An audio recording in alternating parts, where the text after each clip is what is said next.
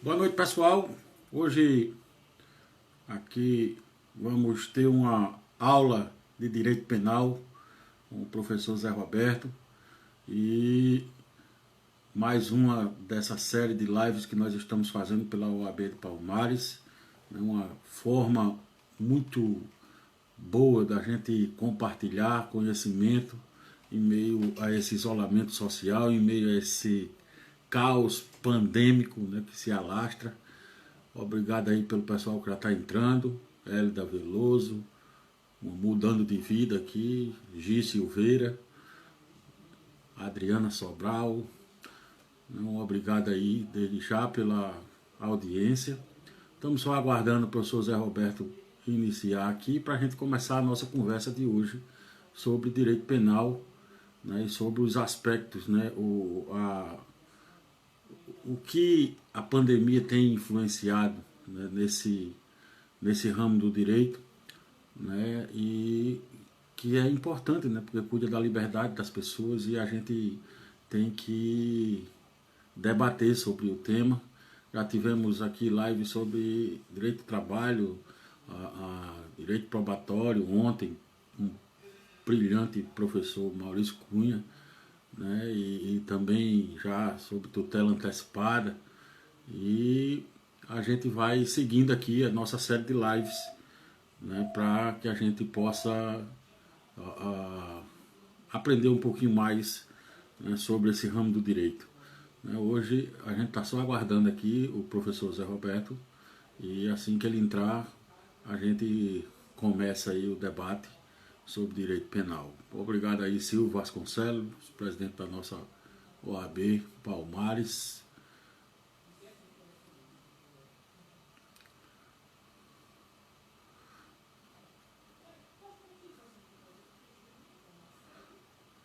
Elton Edson,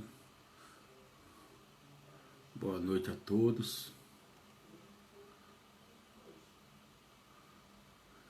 Nosso convidado de hoje ele é doutor em Direito Penal e também é professor aqui em algumas faculdades aqui de Recife, né, e é uma pessoa muito querida aqui pelos alunos.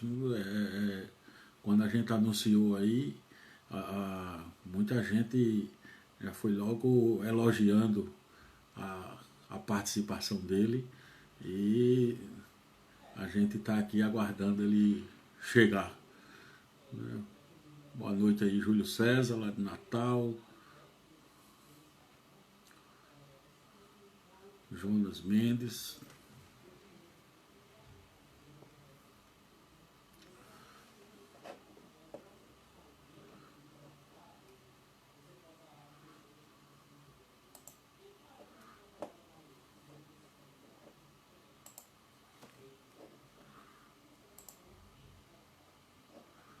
Alexandra Iris, que vai ter aí uma sobre direito penal. Boa noite.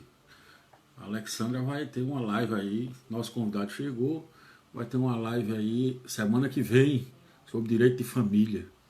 Então aí, quem tiver aí com alguma coisa, uma dúvida, guarde que a Alexandra está aí com a doutora Érica para tirar na próxima semana. Vamos aqui chamar o nosso convidado.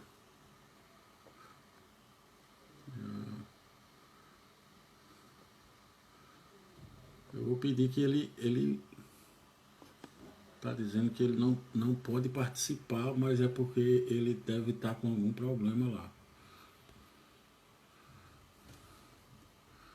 Professor Zé Roberto, eu vou pedir que o senhor solicite a participação, porque eu estou tentando lhe chamar daqui e está dizendo que não pode participar. Então tem algum impedimento aí no seu Instagram.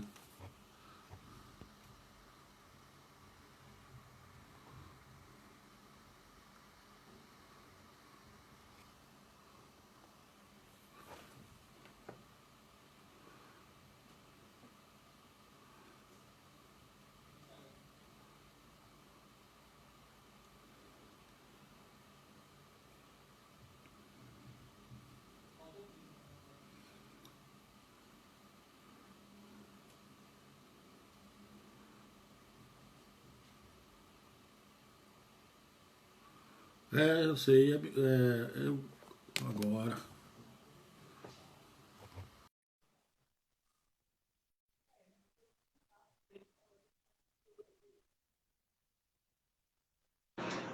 Olá, olá, boa noite. Boa noite.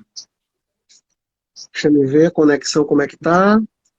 A conexão tá tudo escuro aqui. Temos aqui a presença ilustre, viu? De Renato Hayashi. Então a gente tem que ter cuidado. Quem tiver aí para apresentar TCC, o professor está aí.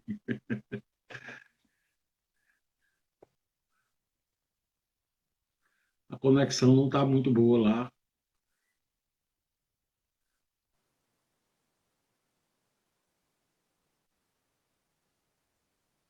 O professor está escuro aqui.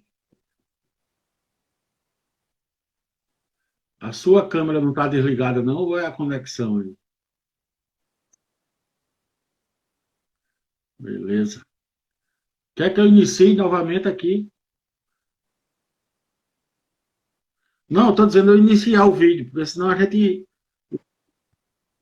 O Instagram vai ter.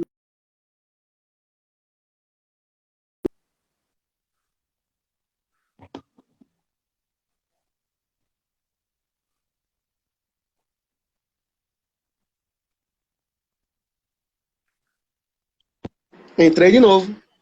Agora.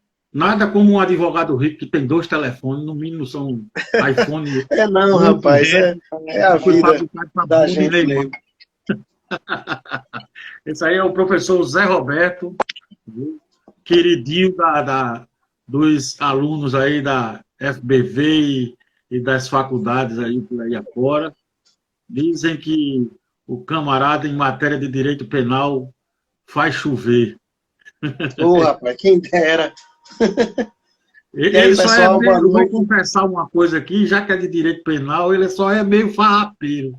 Eu É, convidei ele para um rapaz, almoço lá em Palmar e ele farrapou com a gente. Mas a ô, gente rapaz. entendeu Mas vou. o problema. Hoje, ontem, né, quando a gente estava falando da sua live, aí uma aluna sua, não sei se você conhece, Gi Silveira, uma tal de Sim, Giovana, ela disse que o senhor conheço.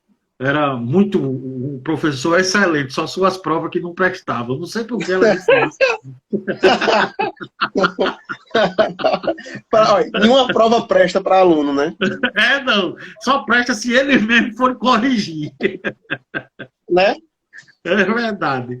Professor, a gente tem aproveitado essa iniciativa da OAB de Palmares, né, no meio desse ambiente de isolamento social, a gente tem conseguido, todas as terças e quintas-feiras, a gente tem conseguido trazer renomados professores do seu quilate, evidentemente, né, para a gente discutir, debater sobre direito, e a gente não podia passar, né, debater ramos do direito e não debater direito penal, principalmente num momento como esse, onde a gente tem suspensão de prazos, suspensão de processos físicos, né? A gente está vendo aí que vai voltar o processo eletrônico, mas o processo físico não vai voltar. E aí, como o senhor tem visto aí no âmbito penal, já que o senhor atua nessa área, para mim o crime não compensa, mas é questão de habilidade só. Eu sou processualista civil, né? É um gosto que eu tenho, além de eleitoral, que aí é uma paixão antiga que eu tenho. Mas nesse ambiente aí de pandemia, a gente tem visto muita reclamação de advogados que militam na área criminal, né, em virtude dessas proibições, a questão do isolamento, a questão da visita do preso, que você não pode visitar o preso. A OAB tem tentado ver aí uma forma de fazer uma visita por meio de videoconferência, mas o que é que o senhor tem visto aí para a gente começar a nossa conversa, esse ambiente do direito penal em meio a essa pandemia? Meu querido, primeiramente, boa noite a todo mundo que está ouvindo a gente aí. Né? Eu queria desejar a todos antecipadamente um feliz Dia do Trabalhador, né? Que é o dia da gente. O advogado é um trabalhador da justiça e na nossa categoria eu saúdo todos os trabalhadores que estão nos ouvindo aí, né? E sabemos que, apesar do momento ser difícil, as coisas vão melhorar. Bom, a área penal, ela é diferente porque tem muitas peculiaridades, né? A área civil, graças a Deus, foi agraciado com o processo eletrônico. Para nós da área penal, o processo eletrônico chegou na execução penal, mas ainda não chegou para os processos físicos em sua maioria. E quando chegar, a gente já enfrenta um problema, não é? Que é a ideia da acessibilidade do magistrado, né? A possibilidade de despachar pessoalmente, que é algo inerente ao métier do advogado. Está cada vez mais difícil esse espaço de sermos ouvidos, né? De termos presencialmente a capacidade de dialogar, apresentar o direito de forma mais enfática, não é? Claro que uma petição ainda pode ser uma oportunidade de apresentar o direito, mas eu acredito que o labutar do advogado é presencial, né? A gente tem essa característica historicamente, desde o Império Romano até a Idade Média e desde da Idade Moderna, vindo para os advogados, a oralidade, o estar presente, o estar no fórum, o despachar é importante. Apresentar ao magistrado a nossa versão a partir, não é, da oralidade. Isso, para mim, é fundamental. Segundo, eu sempre sou um defensor ferrenho da publicidade dos processos. Eu acredito que os processos devem ser públicos. Não só para o acusado, mas que as outras pessoas possam ter acesso ao processo para saber se o processo tem seu andamento correto. Claro que o PJE, ele permite um acesso, mas um acesso limitado. Hoje, qualquer um de nós que queiramos chegar a uma vara criminal e olharmos um processo, a gente vai olhar o processo na íntegra, do começo ao fim. Já há uma dificuldade muito grande com os depoimentos que são gravados e não são, claro, transcritos. Aí já fica complicado para o advogado, que só quem tem acesso aos depoimentos será aquele advogado inscrito ou registrado no processo. Já fica complicado. Então, por si só, a área criminal já enfrentava um dilema, não é? Quem labuta na área criminal sabe que a sociedade elegeu o advogado criminalista erroneamente como um inimigo, não é, da segurança pública. Poxa, é o advogado criminalista ali, solta o bandido e essa coisa aí. Só que as pessoas não compreendem que nós lutamos pelo direito, não é? Pelo direito que o acusado tem. Nós não lutamos pela pessoa em si, mas a ideia de exercer, que essa pessoa possa exercer o seu direito. Então, a gente já vem passando, eu costumo dizer isso a todos os colegas, há uns 15 a 20 anos, por um processo muito complicado para a advocacia criminal, não é? Alguns até elencam de forma mais exacerbada que a advocacia criminal está sendo, entre aspas, incriminada, não é? Você percebe que cada vez mais os advogados são cobrados como se parte da criminalidade fosse. E não é bem assim. Então a gente já enfrenta esse dilema, né? Paralelo a isso, a gente enfrenta um segundo dilema. Que dilema é esse? Vocês vão perceber que com o aumento da criminalidade no Brasil, os processos começaram a ser interpretados, os direitos, os princípios, de uma forma muito perigosa, não é? Negando acesso ao advogado, restringindo o direito ao acusado. E dentro desse contexto, a gente tem um ingrediente que para mim foi o principal para trazer à tona o que está acontecendo. Eu acredito que o coronavírus, ele não veio, observe, para piorar a situação. Ele veio para mostrar o que já existe. Que existe essa, não é? Existe essa dificuldade de acesso ao judiciário por muitas vezes. Então, quem labuta, quem está no dia a dia, o advogado militante, sabe mais do que ninguém a dificuldade de você se fazer ouvido. Não é? Essa dificuldade cresce e a área criminal está enfrentando isso mais do que qualquer outra área. Eu sei que os advogados cíveis também enfrentaram isso no momento em que o processo se tornou eletrônico. A dificuldade de acesso, a plataforma do Judoin, né, e do PJE, que não são muito favoráveis ao advogado. Não é?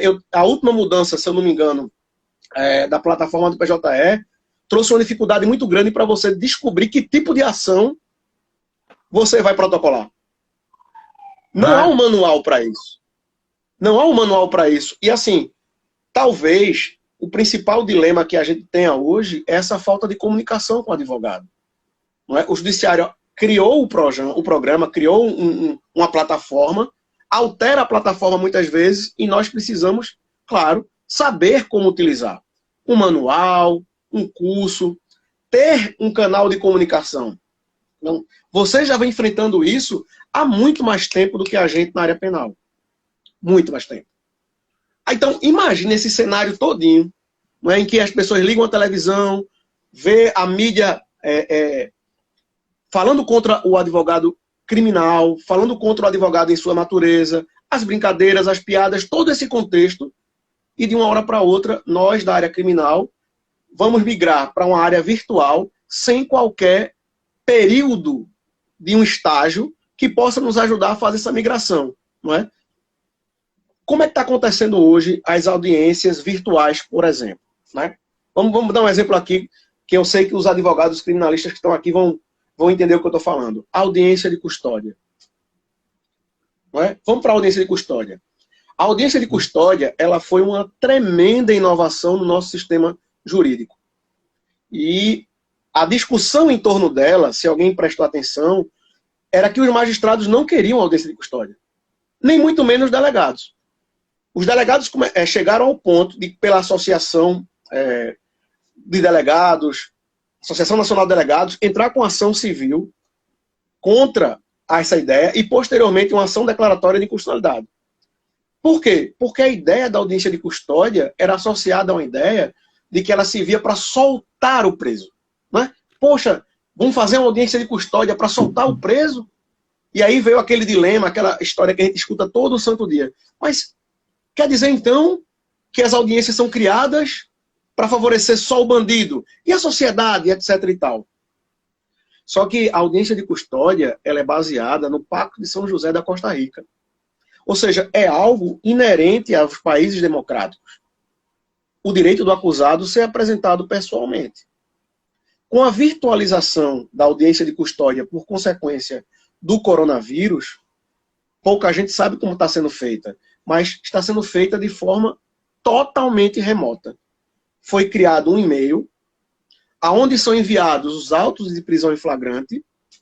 Esse e-mail depois distribui para um magistrado, que envia cópia do e-mail para o Ministério Público, ou para a Defensoria, e se o advogado, não é, nós militantes, quisermos ter acesso, teremos que enviar uma petição por e-mail para mostrar ou conversar com o juiz ou a juíza sobre a audiência de custódia.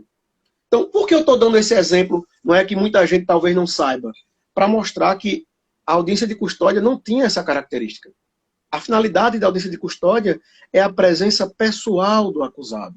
Ele está ali pessoalmente, para que ele possa, naquele momento, contar como foi a prisão em flagrante, e aí o juiz avaliar se o direito dele foi preservado ou se foi violado. O senhor estava falando uma coisa que eu acho fundamental, que é o direito de visita do acusado. A LEP garante isso ao acusado. Muitos dizem, mas com coronavírus isso não é possível. Sim, é possível. Veja, a gente tem hoje a possibilidade de estarmos todos juntos, eu, o senhor e mais 25 pessoas nessa live, conversando agora sobre esse problema que é o processo penal enfrentando o dilema da quarentena e do coronavírus. Ora, eu tenho tecnologia o suficiente para unir 27 pessoas. É possível utilizar o sistema informático para agraciar o acusado em seus direitos? Sim. Um celular. Hoje, pelo celular, eu poderia fazer uma audiência de custódia tranquilamente com uma plataforma como essa que a gente está falando. Não é? A gente pode usar o Skype, a gente pode usar o Google e sua plataforma. A gente tem N plataformas, até o próprio WhatsApp. A grande ideia hoje... O juizado especial agora vai ter audiência remota, né, com a alteração da lei 90/99, vai permitir isso. Eu entendo, sem querer lhe interromper, mas só para ajudar na conversa, não muito, porque não conheço tanto quanto o senhor, né, mas esse problema que o advogado militante no direito penal enfrenta não é de hoje. Né? A gente vem sendo massacrado até mediaticamente, porque eu já cheguei, quando eu comecei a advogar, muitos anos atrás, numa terra distante, chamada Palmares, né, eu fui chamado uma vez, eu estava na igreja, né, e um cliente meu me ligou dizendo que o irmão dele tinha sido levado pela polícia. E aí ele veio me buscar na porta da igreja. Da porta da igreja até a delegacia eu fui seguido por policiais. Quando chegou lá na frente da delegacia, um policial sacou uma arma, botou na minha cabeça e disse, mostrei a carteira da OAB, me identifiquei como advogado, pedi respeito, evidentemente, que e aí ele disse, já arrumou, o bandido já arrumou um advogadozinho para defender ele. A gente tem sofrido por conta dessas declarações que são diuturnamente divulgadas. Eu quem milita na área de direito penal já enfrentou muitas coisas, em delegacias, delegados sem querer que você converse com o preso, quando é um direito dele conversar com o seu advogado. Né? Hoje a gente, em virtude dessa pandemia, a gente está vendo aí esse problema da audiência de custódia.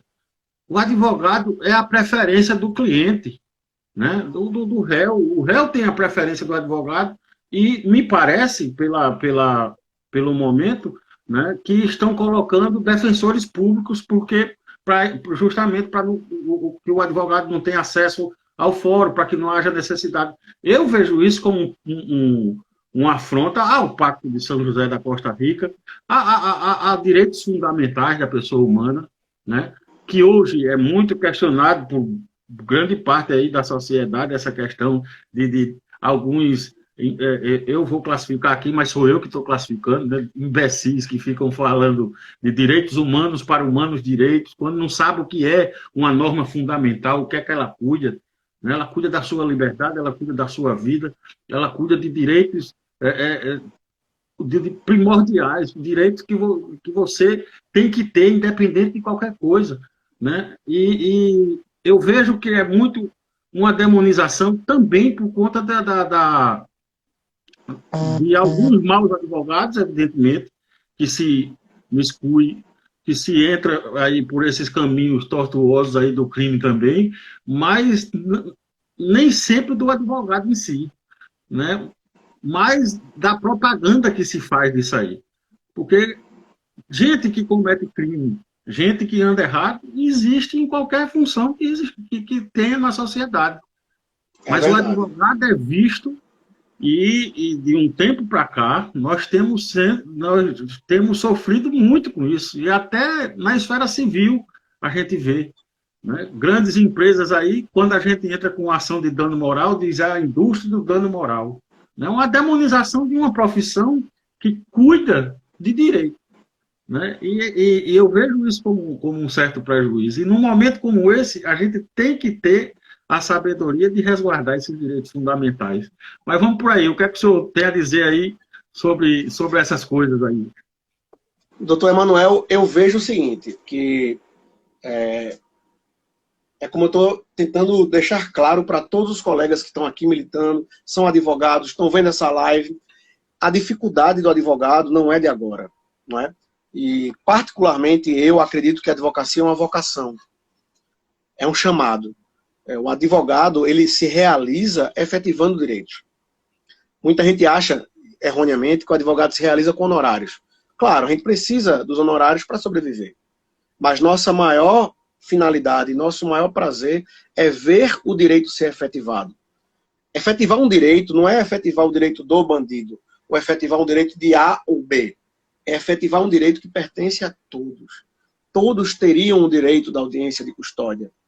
E mesmo quando a audiência de custódia foi implementada, que foi por uma resolução do CNJ, não foi por uma mudança do Código de Processo Penal, agora é com o pacote de crime, acrescenta-se a audiência de custódia, mas antes era uma mera resolução, havia já esse pré-conceito de que a audiência de custódia era feita para, entre aspas, soltar o bandido. Mas com o coronavírus, esse avanço que a gente teve, que cá entre nós talvez não seja um avanço tão grande, Porque se você for olhar estatisticamente falando, você tem um aumento da quantidade da liberdade provisória após a audiência de custódia, esse aumento estagna, gera uma linha e depois começa a decair. A cair, e chegou a cair a um ponto menor do que as liberdades concedidas antes da audiência de custódia. E aí o senhor pergunta, por quê? Por que, Zé, a gente tem isso? Porque não adianta a gente mudar a lei sem mudar a mentalidade. Desde 2008, o Código de Processo Penal foi alterado para dizer que a prisão preventiva ela seria a última alternativa que a gente tem dentro do sistema penal para garantir a presunção de inocência. E aí o 282 do Código de Processo Penal vai dizer, ó, a prisão preventiva ela só é possível se não for eficaz qualquer outra medida. Então, quando a gente tenta dialogar, quando a gente tenta explicar ao magistrado de que a prisão preventiva não é cabível, que interdição no final de semana, tornozeleira eletrônica, prisão domiciliar, a gente tem N mecanismos para o réu primário, porque quando eu falo isso, o aluno pensa, Zé Roberto e Beira-Mar. Meu amigo, a gente não está falando dessas exceções, né? Porque essa criminalidade organizada, essa criminalidade de tal forma periculosa, ela é a exceção do nosso sistema penitenciário. Nosso sistema penitenciário, ele tem muito réu primário, que adentra a primeira vez no sistema. Ora, um indivíduo desse, uma pena que não, um crime que não foi praticado com violência ou grave ameaça, né? Como a gente vê aí no cotidiano, receptação qualificada. A maioria dos juízes decreta a prisão preventiva. Mas a receptação qualificada não foi agida com violência ou grave ameaça. De fato, é crime. Ninguém está negando que é crime. A gente está discutindo o acesso aos benefícios que a lei permite. Não é? O próprio artigo é claro. O juiz tem que provar que o agente não tem outra possibilidade de evitar o perigo dele à sociedade que não a prisão preventiva. E isso cada vez mais tem sido diluído nas decisões. Você que milita já deve ter conversado com os colegas aí de Palmares e ter ouvido que muitas vezes juízes decretam prisão preventiva com menos de uma folha de ofício. Uma decisão simples, extremamente vaga. E isso entristece quem gosta do direito. Porque o direito, ele é efetivação dessas regras jurídicas que a gente tanto estuda na faculdade. Ora, quando você vê a população aplaudir porque o preso não tem acesso ao advogado, quando você vê a população aplaudir porque o advogado não consegue peticionar fisicamente ou conversar fisicamente, eu me entristeço. Porque a população ainda não está percebendo que esse direito não é desse indivíduo. Esse direito é de toda a coletividade. Ora, eu acredito que o primeiro passo a gente já está fazendo como a gente está fazendo nessa live. Não é? E aí eu enalteço a OAB de Palmares por isso, para trazer as pessoas para dialogar, para conversar, para instruir o advogado, para mostrar a ele que a gente não está só, que estamos juntos em uma categoria e que vamos nos aperfeiçoar e que a gente vai lutar pela melhoria da qualidade da jurisdição constantemente.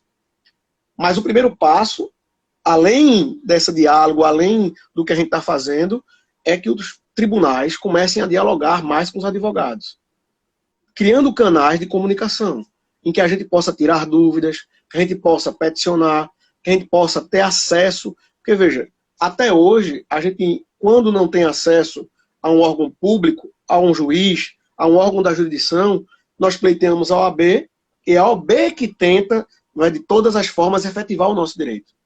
Mas quantas vezes a gente vê os tribunais terem órgãos para defender o exercício da advocacia como ela é devida? Não é? Muitas vezes a gente é esquecido no diálogo nas mudanças processuais. Quando se muda o PJE sem consultar os advogados, ou sem pelo menos dialogar com os advogados, para tornar mais simples a plataforma, no meu ponto de vista, isso já é negar o acesso à justiça.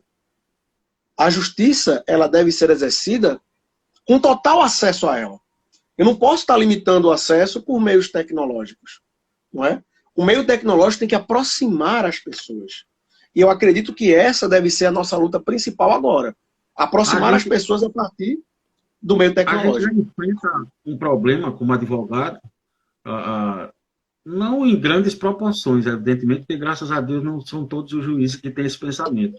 Mas a gente enfrenta um problema da falta de diálogo mesmo com o juiz, né? Porque alguns juízes é difícil você ter um contato com ele, tem que falar com o assessor, tem que marcar, agendar. Alguns, por acumular comarcas pequenas, não está na cidade todo o tempo, para que você possa ter um acesso melhor, né? E isso é dificultar o acesso à justiça. Quando você fala, eu no começo, sabe, apesar de eu gostar muito de tecnologia, eu fui um crítico ferrenho do PJE, né? Embora tenha trazido avanço, evidentemente, eu não vou negar o avanço que tem, mas o PJE, ele trouxe a frieza da tecnologia para o processo, que era uma coisa que a gente não precisava naquele momento. E o que é pior, ele tirou da estrutura do judiciário todo aquele aparato que ele tinha de funcionário, de serventuário da justiça, e jogou a responsabilidade para o escritório, ter que autuar o processo, né? Ter que colocar, ter que escanear as provas e tal. E tudo aquilo foi, de certa forma, no começo, uma dificuldade que era prejudicial do ponto de vista processual. Né? Coisa que até agora o processo penal ainda não tem, mas que a gente sabe que vai enfrentar e que não é uma coisa tão boa. Né?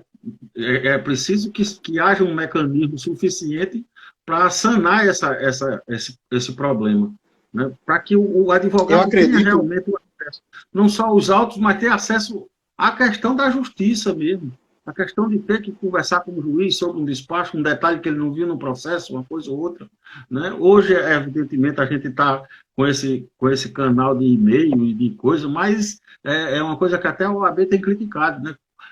Se eu posso conversar com você pelo WhatsApp, por que é que então eu tenho que mandar um e-mail?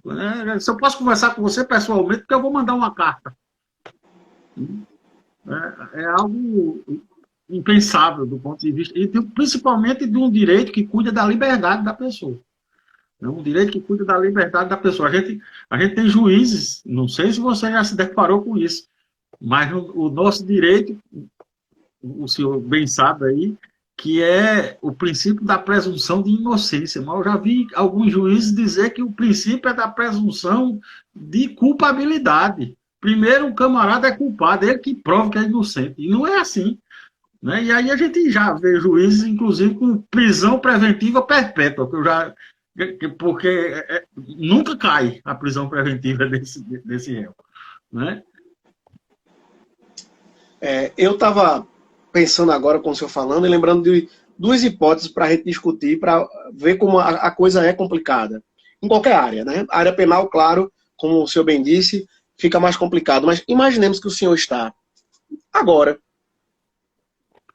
em diligência em outra cidade. João Pessoa, a exemplo. Certo? Está lá numa diligência e de repente seu cliente liga. Doutor, eu estou com um problema aqui com o plano de saúde. Eu preciso resolver isso agora, nesse exato momento. Os tribunais, em sua maioria, não possuem um local que você possa, veja, chegar lá e o tribunal ter uma sala que, em situações emergenciais, possa digitalizar e enviar a petição por urgência. Isso, para mim, é algo que deve ser pensado urgentemente. Porque o direito, ele não espera. O direito, ele não espera. Há situações em que você precisa emergencialmente resolver naquele momento. Não vai dar tempo de ir para o escritório, não vai dar tempo de escanear algo. Você consegue, numa lan house, pelo menos peticionar. Você tem as provas da família que trouxe a você para entrar com ação no plano de saúde. O usuário está internado, esperando uma autorização para fazer a cirurgia. Veja que negócio complicado. Aí você teria que voltar para Recife, você teria que peticionar do seu escritório, escanear as provas para enviar. Olha o tempo que isso vai durar. Por que não pensarmos no sistema unificado a partir de todos os tribunais, em que os tribunais pudessem fazer isso? Ou seja, não só o da Paraíba, mas o da Paraíba pudesse enviar para o PJE de Pernambuco. Por uma questão emergencial. Você Teria um local, um órgão, na qual você conversaria, explicaria a urgência, seria remetido por e-mail, ou seria remetido pelo PJE. Eu acredito que isso é utilizar o sistema, não é, tecnológico a nosso favor para incluir. E nesse mesmo local, nós teríamos acesso, se o caso fosse, a uma plataforma virtual pelo próprio PJE para fazer isso que eu estou fazendo agora com o senhor. Acessar remotamente o juiz. O juiz receberia um e-mail ou um aviso no celular, já que foi distribuído para ele, para que ele pudesse, pelo celular, ouvir você. Veja, 5 minutos de uma conversa pelo WhatsApp resolveria uma liminar de extrema urgência. Então, há mecanismos que nós podemos pensar para que a advocacia possa ter mais acesso ao judiciário.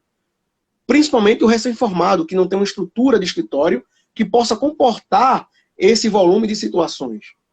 E a segunda situação, eu lembro sempre, foi o caso de uma advogada que tinha uma deficiência visual, tinha necessidades especiais, como algumas pessoas chamam, e ela escreveu a petição a partir do seu próprio computador.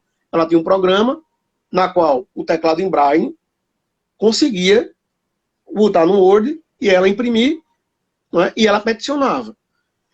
Quando entrou o sistema de PJE na área civil, ela tentou peticionar junto aos tribunais constitucionais.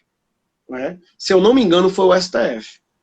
E na época, o presidente Joaquim Barbosa negou acesso da petição por meio físico. Disse, não, o PJE está pronto, está implementado, e eu vou negar esse acesso. Ela, então, recorre ao CNJ.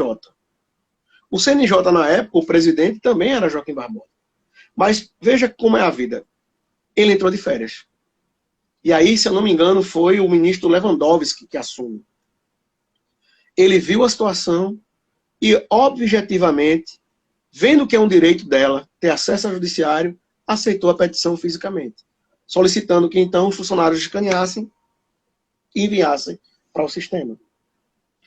E o que eu estou mostrando a vocês são situações do dia a dia. O advogado militante, ele se depara com situações emergenciais que a questão de 1 hora ou 2 é toda a diferença na vida de alguém. Principalmente quem trabalha com autorização de plano de saúde, quem trabalha com alimentos, que não podem esperar, as pessoas estão passando fome, eu preciso de alimentos. Problemas com o INSS. O INSS está com uma fila gigantesca, de processos parados para concessão de benefícios. E o governo já assumiu que não tem condições de colocar isso aí de forma mais prática para a população. Então, eu conheço pessoas que estão esperando quase 1 ano para ter uma aposentadoria aprovada. Isso é inconcebível. Inconcebível. Se a gente tem um instrumento tecnológico, por que ele não pode ser usado para aproximar? Por que ele não pode ser usado para que a gente possa ter mais acesso ao exercício da jurisdição? Se essa é a finalidade do acesso à justiça, é que a gente possa ter, claro, a possibilidade de evitar um dano maior. E não simplesmente obrigar o advogado a voltar para o escritório, muitas vezes 16 horas da noite, 16 horas da tarde, e ele ainda vai peticionar, ainda vai escanear, dependendo da velocidade da conexão dele. Vai ter dificuldade para botar o material no PJE, às vezes o próprio PJE sai do ar. E como é que fica? Como a gente poderia fazer? No mínimo, deveria haver um canal de e-mail para petições emergenciais, para que se pudesse resolver de forma emergencial uma demanda que não é previsível, é excepcional. Isso não seria usado de forma cotidiana, mas seria usado de forma excepcional. E agora imagine a gente da área penal, que temos clientes que estão sofrendo com o processo, que a gente sabe que a prova é deficiente, mas que não estão sendo julgados, por quê? Por estarem soltos, não é uma prioridade hoje do judiciário. Esse colapso do coronavírus mostrou como o judiciário precisa criar mecanismos para efetivar os julgamentos de forma mais coesa, mais precisa. E a minha preocupação hoje é que quando normalmente se faz isso, como foi feito nas metas, meta 1, meta 2, isso é feito a troco de caixa. Isso é feito de qualquer forma.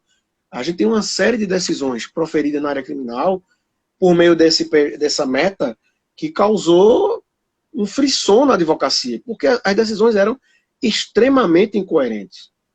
Simplesmente se tentava ter a decisão a todo preço, a todo custo, não é? Atropelando a instrução, fazendo audiência sem a presença do advogado. E todo esse tipo de situação só demonstra que o coronavírus está expondo um modo de ver o judiciário que eu, particularmente, acho que não é o ideal. Eu acredito que o judiciário ele deve interagir mais com a advocacia para que a gente possa juntos criar uma solução para esses dilemas que a gente está enfrentando hoje.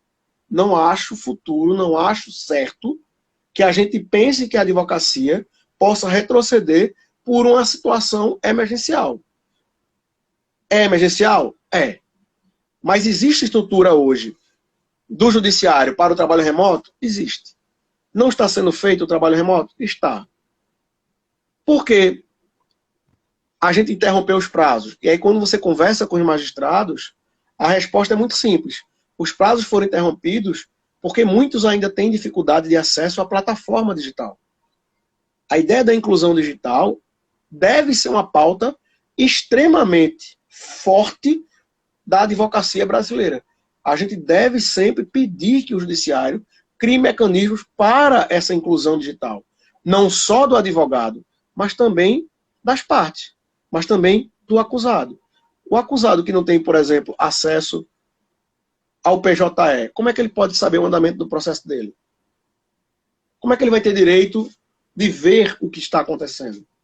Não é? Então, a gente tem que pensar que esses mecanismos criados, como o PJE e outros, devem ser implementados respeitando as dificuldades da advocacia, e não simplesmente acreditando que uma regra, que uma lei, que um regimento interno possa alterar uma realidade social, como é a realidade social do Brasil e principalmente do Nordeste.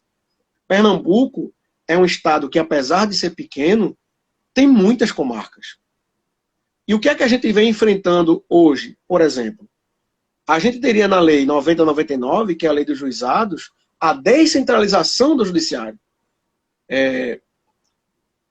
Eu, por ter uma certa idade, eu peguei os juizados separados por bairro, que dava maior acesso às pessoas que residiam naquele bairro. Exato. E dentro do judiciário, tinha um funcionário que fazia a nossa reclamação ser colocada a termo. Ou seja, eu criei uma agilidade processual magnífica, um acesso, não é, à população, para a população do judiciário. Mas a partir do momento que eu crio uma virtualização que impede que a população, que sequer tem acesso à internet, em sua maioria, que sequer tem acesso à cultura digital, possa ter acesso a uma plataforma para tentar resolver alguma coisa. Ora, vamos fazer um paralelo? Eu acredito que, para quem é da esfera do trabalho, está enfrentando isso, mas a gente está vendo esse coronavoucher, né, que a turma está chamando, né, esse benefício dado para uma assistência à população carente, e muitos deles não têm acesso à plataforma da Caixa Econômica ou do governo para se cadastrar. Veja, muitas vezes nem acesso ele tem. Não tem um celular, não tem um computador. Então você tem muitos órgãos hoje da iniciativa privada, muitas ONGs, algumas prefeituras, alguns órgãos de classe, permitindo que essa pessoa que não tem acesso compareça a esse órgão de classe e possa lá, com a ajuda de alguém, de um funcionário, de um voluntário, conseguir se cadastrar na plataforma, não é, do governo para ter acesso ao benefício. Veja, a gente está falando de um benefício para a sobrevivência. Se um benefício para a sobrevivência gera tanta dificuldade, não é, para as pessoas, imagine o sistema do PJE. Essa dificuldade de acesso é hoje o maior dilema que enfrentamos. E digo mais, não só na área criminal. A área criminal está sofrendo isso de forma mais exacerbada agora, porque a gente sempre teve a possibilidade de protocolo de petição presencial, sempre tivemos a possibilidade de ir na vara criminal e pedir a abertura de um termo, conversando com o chefe de secretaria. Tudo bem, a gente sempre teve dificuldade de dialogar com o magistrado, que não vê com bons olhos, alguns, graças a Deus, a minoria, esse diálogo do advogado com o magistrado para pedir, claro, uma urgência naquela situação específica, na área penal, na área tributária, na área civil, na área de família. Não é? A gente sempre teve essa dificuldade de acesso, não é, pessoalmente ao magistrado. Imagine agora essa dificuldade de acesso pela própria plataforma. Eu acompanho de perto os colegas que advogam em outra área e vejo o sacrifício que muitos têm para conseguir, em situações em que a internet não está tão rápida, em que a conexão com o PJE cai o tempo todo, protocolar uma petição com vários documentos. A dificuldade de dizer o que é um PDF comprensado, né? Um PDF small, como alguns chamam, a quantidade de dados que pode ter num PDF, a maioria de nós em faculdade sequer tem acesso à prática do PJE. Quantos alunos não se formam sem nunca ter visto um PJE? Então, imagina a dificuldade de nós, advogados, que fomos criados em uma época, não é, em que a gente usava máquina de datilografar. Sim. Eu comento isso para os alunos não ria muito, mas eu usava, né? Aquela máquina lá interior, muitas vezes, eu fui fazer audiência interior, e você chega solicitando acesso a um computador, e o chefe de secretaria olhava para você e dizia, doutor, só tem aquela máquina de escrever ali. Eu já fiz petição manuscrita em interior, porque não tinha acesso. Eu conto isso aos alunos riem. 2 folhas de papel ofício, e eu fazendo a petição ali, de cabeça. Ora, num país que isso ainda é regra, que isso ainda acontece em comarcas do interior, como é que a gente pode falar na inclusão do PJE?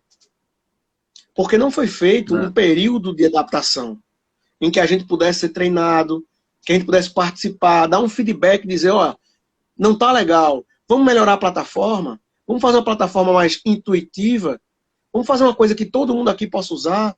Você, por exemplo, vê várias plataformas do Google e da própria Apple, em celular, em tablet, de extremamente fácil acesso. A gente precisava de um PJE que pudesse ser acessível pelo celular do advogado. E não somente por um computador. A gente criar mecanismo de tornar mais fácil e inclusivo a nossa advocacia. Hoje, a nossa principal pauta é tornar acessível o magistrado, tornar acessível a justiça, para que a gente possa desenvolver um trabalho melhor, que possa informar melhor e ajudar o judiciário a desenvolver sua atividade de forma mais eficaz. Né? Eu estou sempre pensando nisso, em mecanismos que a gente possa usar para favorecer, porque a gente não pode ser visto como inimigo. O advogado é essencial à justiça. Né? Indispensável, inclusive. Né? Sem ele não tem justiça. Correto. Não tem justiça.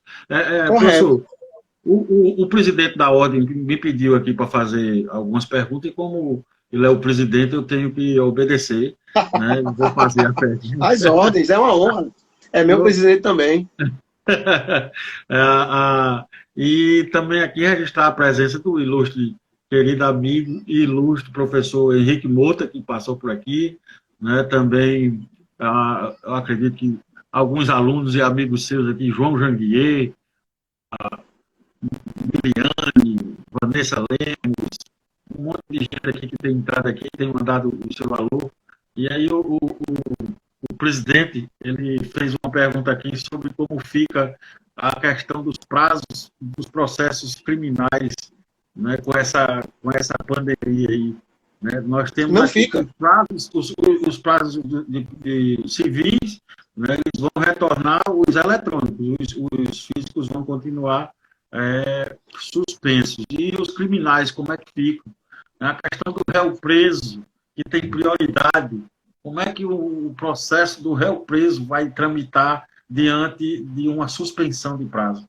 Né? E uma outra pergunta que ele faz é as audiências comuns e a sustentação oral no TJ, como é que ela vai acontecer? Né? Isso é uma pergunta do nosso presidente, doutor Silvio Vasconcelos, lá de Palmares, né, que está aqui nos assistindo.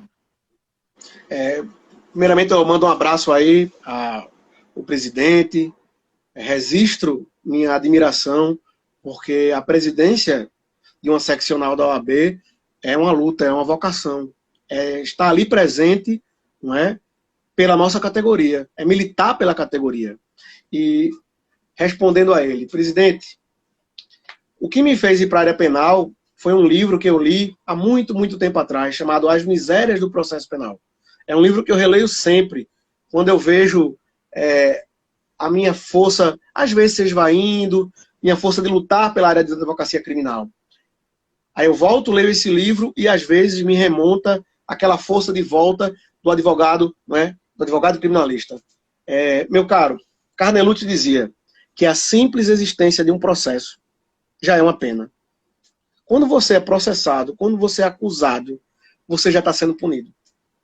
Então imaginemos uma pessoa hoje em casa, está nesse exato momento em casa, que é acusada erroneamente, talvez por uma questão de vingança, talvez por uma questão pessoal. Alguém se utilizou do processo penal como uma vingança efetiva. E essa pessoa fica em casa, dia após dia, esperando o momento oportuno em que uma sentença possa chegar para ele e dizer: eu lhe absolvo. Agora imagine isso para uma pessoa que está presa, que quer uma sentença que possa demonstrar que ele é inocente, que o Estado possa tratá-lo como inocente. Então imagine todo esse contexto, imagine que o réu preso, ele tem por lei privilégio processual. O réu preso não é só uma questão meramente legal, é uma questão social. Que se ele for culpado, seja logo condenado. Se ele for inocente, que ele seja logo absolvido. Como os prazos são processos físicos e não há pessoas para ficar na vara, você hoje, se ligar para uma vara criminal, consegue encontrar 2 ou 3 funcionários em regime de plantão para situações, repito, extremamente emergenciais. Então, o que é que o judiciário brasileiro, em sua maioria, está fazendo hoje? O magistrado analisa o fato, um magistrado analisa a situação e vai dizer se a situação é emergencial ou não. Então, muitas vezes, a gente tem mecanismos que foram criados no processo penal, como, por exemplo, o sequestro. Você é acusado de um crime contra a ordem tributária, e o Ministério Público solicitou o sequestro dos bens. E de uma hora para outra, você percebe que todos os seus bens estão bloqueados. Muitos bens desses bloqueados, em situação econômica, eram bens que você utilizava para pagar comida, bens que você utilizava para pagar funcionários do seu escritório, ou, sei lá, que você utilizava para sua subsistência. Temos a situação do coronavírus. A lei permite os embargos de terceiros e os embargos do próprio acusado em caso, não é, de um sequestro. A pergunta é muito simples.